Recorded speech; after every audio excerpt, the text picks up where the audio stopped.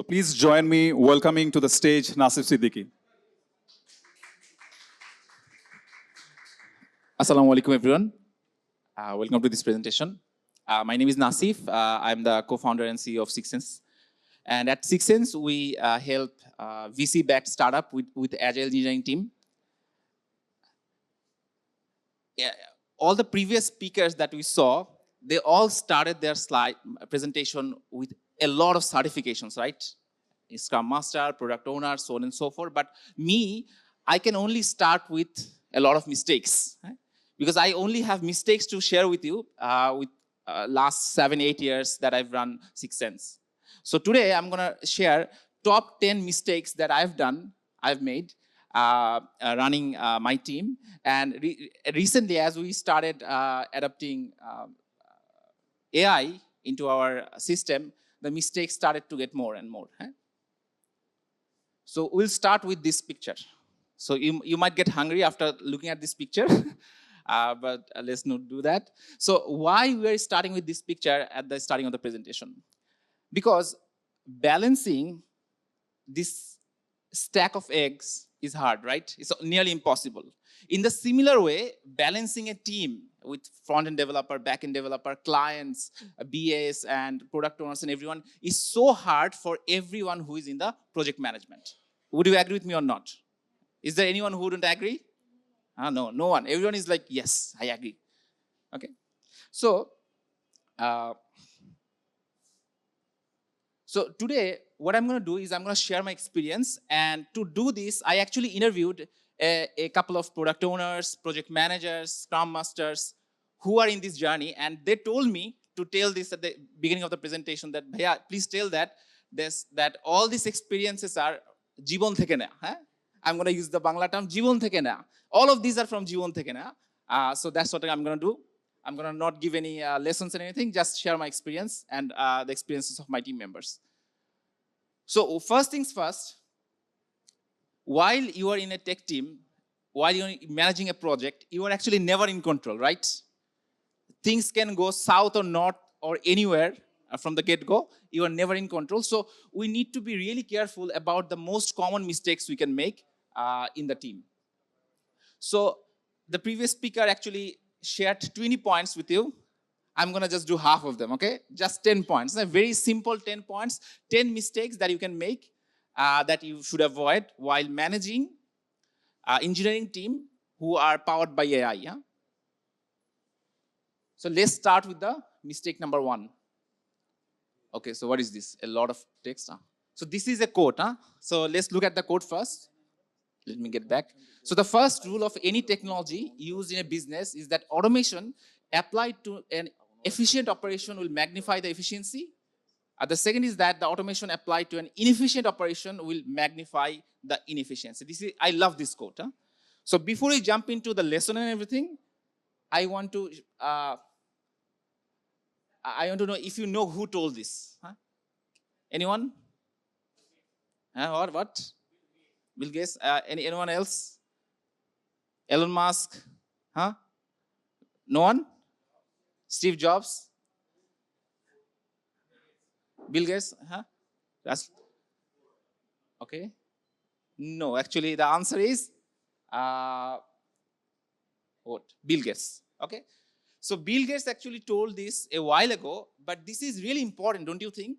Because we sometimes think that if we bring technology into a system, it will fix our system, right?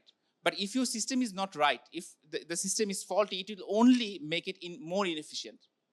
In the same way, we can tell the first mistakes that we have made is introducing AI without process. So I would say this is the first and the biggest mistake that we have made is we tried to introduce AI without making any process, making any defining process and doing anything about it. We just saw some like new flashy things coming to the market and we say, hey, you know what? We need to adopt this. We need to introduce this to our team. And some of the times, team member does this all the time. Huh? So this is the first lesson. And okay, give me a second. So I'm going to give you an example. So say, for example, you are maintaining your SRS in Google Docs. Huh? And like new hyped software like Notion comes into the market. Oh my God, everyone is using Notion. Huh? So if you are not using Notion, you are not, you are not in this era. So you jump from Google Docs to Notion in just one day. Hey, from today, we'll start using Notion. And after a while, you saw Confluence introduce some like AI tools where it can do a lot of things with your SRS, and you jump from Notion to Confluence in one day. But at the end of the day, you tell that, hey, you know what? Nothing is working. Huh? So it's the fault of Confluence or is the fault of Notion. They're not good tools. But the problem is when you shifted from Google Docs to Notion or Confluence, you should have introduced a process first before moving into those tools. So when you don't do that, your developers or your team members might not, break the laptops like this, but they want to, I'd say, they want to break the laptop like this. The chaos starts happening in the team. So the lesson that we want to take it from here is always introduce process before introducing any AI tool or any AI into your system. Now we'll go to mistake number 2. Mistake number 2 is thinking project management with AI is easy. So this is something we've been seeing recently because I'm going to share some of my story. So we run a small intern program at 6 Sense. So each quarter we take few batches and we try to move them through a process where they work on exciting projects, and at the end of the batch they get a certification and they can join some better team if we don't have any opening. But recently what we're seeing that we are seeing a lot of interest in project management. A lot of new young graduates, they want to start their career at project management. So we were thinking, you know what, project management is really hard. Why people are like trying to get into this all of a sudden? And the reason is, for some reason, people are right now thinking with AI, project management is easy. You have ChatGPT, you have DeepSeek, I don't even know the name of the tools. So project management is easy, let's jump into project management. So I'm gonna give you a real story here. So I'm not gonna take names. So one of the earlier batches, we got an intern whose CGPA was above 3.9, more than me, yeah? Very good intern. The CV was so good. A very good intern, a very good candidate. So we had high hopes with that particular team member. But after, I would say like a week of working in the team, she gave up. The second week she didn't come back to the office. We were like, what happened? What's going on? So this good member, why she's not continuing? So what really happened? She actually left the human out of the project management. She thought that everything can be done with tools, processes and everything. But when you are doing project management, can you leave human out of it? No, you'll have to deal with, grievance. You'll have to deal with delays. You'll have to deal with sick days. Like, all of those things, you'll have to deal with those things. Those things cannot be dealt with AI. Am I right or not? So whenever new people are young generations are trying to get into project management, I'm always telling them, you cannot leave the human out of project management. So you need to be human. You need to have empathy, and you need to understand that AI will not solve that. Yes, AI can help you, but it will not solve that. So the lesson here, give me a second, is that let AI handle the busy work, not the big decisions. Okay, so that's the lesson we want to take from here. So remember, these are all the mistakes that we have made. I think a lot of you guys are making the same mistakes. Whether you agree or not, I can see that in your face, that you are making the same mistake in some cases. So let's go to the mistake number 3. This is a good one. This is a good one. So let AI completely handle the communication. So let me give you a backstory here. So we mostly work with North American clients, and most of the time they are very friendly, but friendly with a boundary. So with one particular client, his name was Will. He was not that type of client who is like very good with jokes. Like he was a little bit rigid. You all had that type of client. So one day, my co-founder gave me a screenshot. So I'm going to show you that screenshot. Don't take picture. What's happening? Okay. So this is the screenshot. I'm going to read it out. Asan, which is the name of my co-founder. While looking at the latest Android code, I noticed this, something which I'll show you in a minute. Putting a comment like this directly in the client's project is dumb and unacceptable. please have the team remove the part about will immediately. Okay. See how much personal I'm getting, sharing the direct screenshot from a client. So what happened there? So I was like, huh, what's happening? Like client are calling us dumb at this 2025. So what was in that particular code? So the name of the client was Will. Probably he had some sort of like backstory. Well, people took, people made fun with his name. Probably, I'm just guessing, giving him a benefit of the doubt. So the comment was like this. Comment was, don't change this field before the final release, otherwise will be mad. See? So see, will be mad. This is a simple thing, So I was like, why did our team member wrote this down? This is this is not nice. No? When you know your client is not funny, you don't write comments like this. So then we found out their AI was involved in the process. AI was involved, and when you do things with AI and you don't review, things like this would happen. And I'm not going to tell you whether we got fired or not. Not me, our team member got fired or not, or the client left or not. I'm not going to tell you that. But the lesson that you want to take from here is always review everything done by an AI, even with another AI. So in the point number 10, there is another personal story that I'll share, which I think you'll really love. But take this lesson. After today, you don't want to receive emails from your clients like the way we received, right? So this is something I really wanted to share with you guys. So mistake number 4. Wow, see, almost 3 mistakes are done. 4 of 7 more to go. So mistake number 4, what is this? Prioritizing speed over client sentiment. So when doing project management, all we want to do is speed, and deliver more, increment. But if you forget, again, in the same way, if you forget the human out of the equation, if you forget about the client or the end user in some cases, that's a big mistake. So I'm going to share one of the stories there. So one of the in one of our project, we were back at 2019 or 2018, we were working with a client from Middle East, and they are not very good communicator in some cases. Not they. I don't want to label it. The particular client was not a good communicator. So the project was going nicely. The speed was great, but our PM or the PO didn't understand what the client was signaling. See, so what happened is, client was really dissatisfied, and he was giving the signals which tone some delays in communication and his energy. But because the team member, the people in the project management department were focusing mainly on the delivery, he or she was missing all the important signals. Because see, you don't do we have a metrics on like how the client smiled, how his energy was, was his tone nice? Did he or she say thank you? No, we usually don't have those metrics. So those things usually, we forget about those things, right? So the lesson here is to learn and teach the team to watch for emotional signals like tone, delays, and energy. So AI can build the features, but empathy keeps the client and everyone happy. So that's one of the mistakes that we made, and we don't want you to make the same mistake. So what is the next one? So mistake number 5.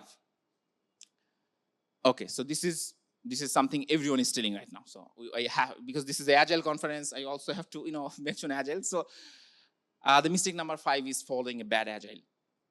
So what does it mean is, as we know, lack of knowledge is deadly. So when we started, so this is a picture of our first office. This is not me, by the way. This is one of my team members. So back at 2016, 17, we started our company, and we started doing projects and everything. And we were thinking, we need to follow Agile. Because everyone is following Agile. If we don't follow Agile, who are we? So we Googled, and we did some courses and everything, and we found out that putting sticky notes in the wall is doing Agile. So guess what? We started putting sticky notes in the wall. And And this is the picture. I took this picture because I want to show everyone that, hey, I'm doing Agile. See, after even like 7 years, I'm still using this picture because after this particular one, I would never use any sticky notes in any wall because it doesn't work. If you don't know what you're doing, it doesn't work. So what happened after that, because we understood that it doesn't work, we started mixing things up. We followed like one particular principle for a few weeks and took another principle for a few weeks and said, hey, you know what? Agile is not for Bangladesh. This is for North American people. They have a lot of budget. I don't know what they're doing, but this is not for us. But after a while, in this particular few years, so when we started really understanding what Agile is, when we got certificate from certified product owners, certified Scrum masters, and once we really understood what it is and how to implement it and how to make the transaction, only then we found out, okay, this is really, really important. You cannot mix and match. You cannot just cherry pick, oh, I like this one. Okay, I'm going to take this. I don't like this one. I'm not going to take this. That should not happen. So yeah, that really happened with us over the last few years. So the lesson here is that you should stick to that one that you understand and then build the process there. And after you build the process and you're getting some fruit out of it, and then you can explore some more and more. So give me a second. Okay. So we are almost at the mistake number 6. So what is the 6th mistake? Oh, this is a good one. So not prioritizing DoD. So what is this? So this is another picture. So I'm going to share another story. So this is our cafe. So one day, as you can see, this is me at the far left, wearing the same outfit as today. Yeah? And beside me is my co-founder. So I'm going to share a conversation. I'm going to share this conversation. So this is his team. So they were playing, and we went there to see what they're playing. So my co-founder, who is also the CTO, asked the team, hey, what is the status of that particular project or particular sprint? So they were saying, hey, that was great. I've done my, so the front end is saying, yeah, I've done all the work. The back end was saying, I've also done all of my work. And the SQ is also saying, I've also done all of my work. So then he asked that, okay, what is the status? What is the percentage of the project done? So they said, yeah, it's like 94%. So I was like asking, everyone completed all of their work? Yes. Everyone? Yes. No task is left? No. So in that case, like 94% is done. Where is the other 6%? So then I said, not being from the Agile background, that probably other 6% is for the client to yell at you, right? Because if you don't complete the whole work, who will going to do the other 6%? Obviously, the client will start yelling. So then we understood that if you are a team, you're not a solo developer. You have to complete everything all together. So that's another mistake that we used to do and we don't do right now, that everything has to be done in a team-wise format. So we'll go to the mistake number 7. Oh, this is a relatively new one. Thinking a junior developer and AI is all I need. So HRs and all the senior people are thinking, okay, so just take a couple of juniors and stick AI in their face, and that's it. You have senior developers. So this is a big mistake that teams are doing while doing project management. So I'm gonna show another another personal story here.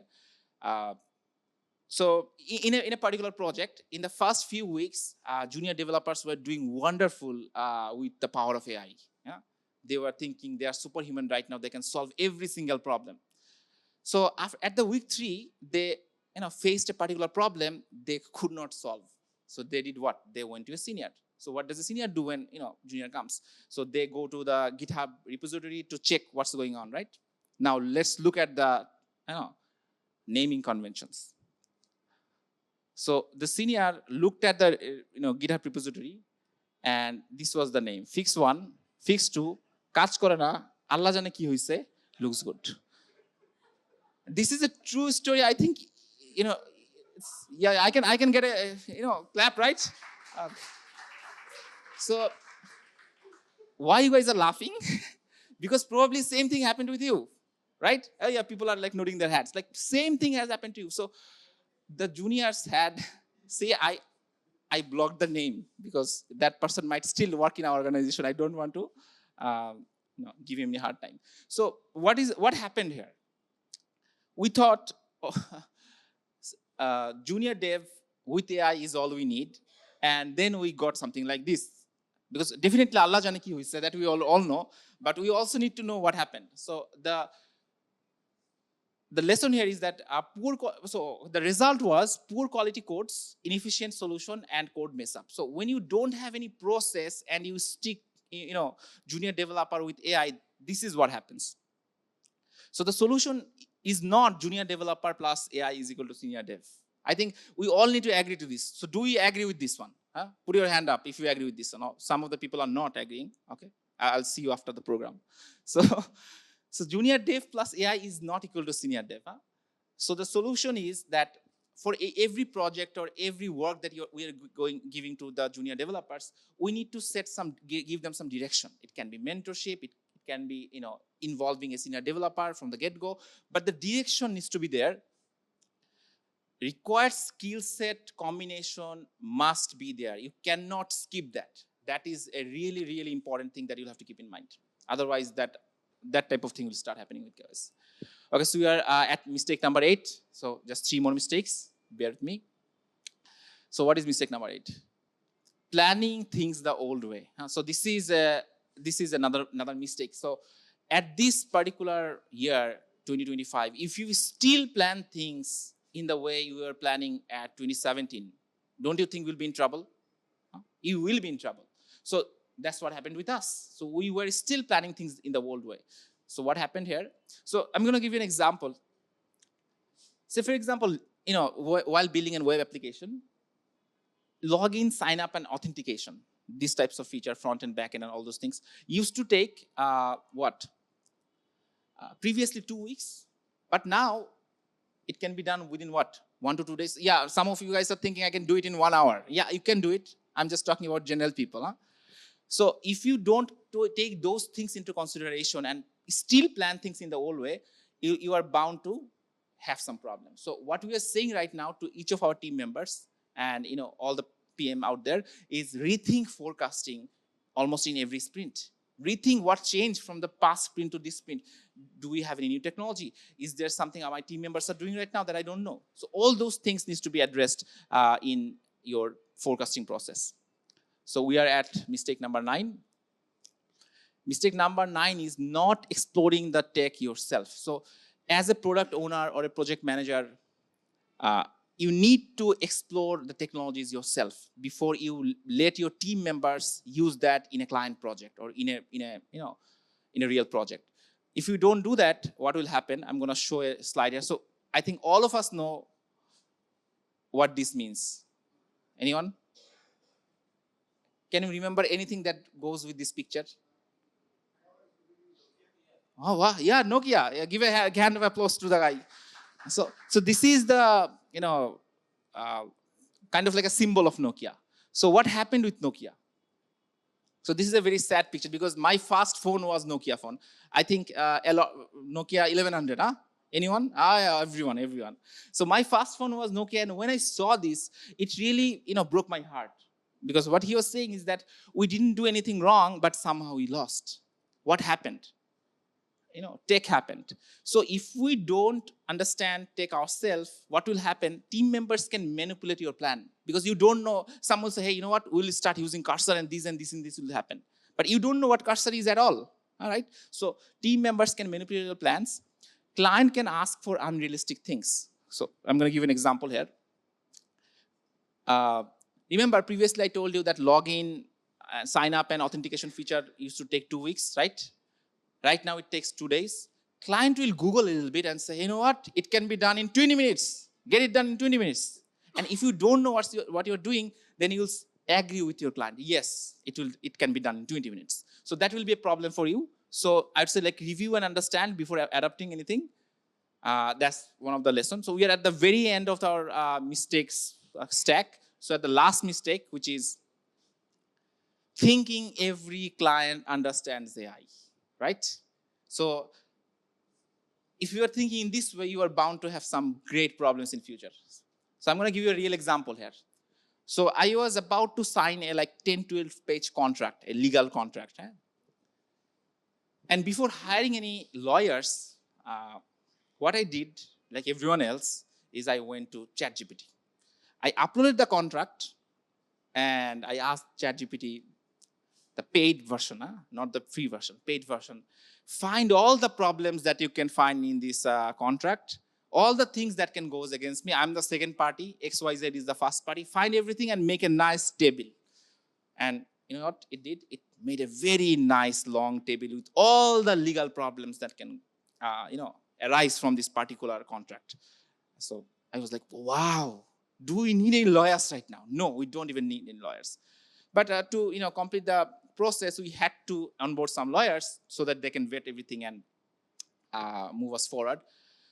So the lawyers were saying, the first lawyer was from India, so she was saying that, I don't see any problem in this contract. How did you find all these issues? Like, how did you imagine all these issues? I was like, you know what? You are from India, so that you cannot think from that point of view. Okay, I'm going to go to Singapore.